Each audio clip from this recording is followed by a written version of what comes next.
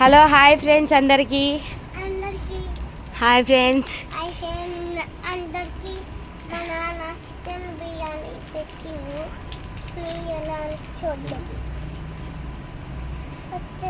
Hi friends అందరికీ. ఇప్పుడు time ఎంత అవుతుందో తెలుసా ఫ్రెండ్స్? చూడండి 10:51 అయింది. సో ఇప్పుడు బిర్యానీ తినడం ఏంటి అని అనుకుంటున్నారా? మా తమ్ముడు ఫ్రెండ్స్ బిర్యానీ కొని పిల్లలకి పంపించాడు.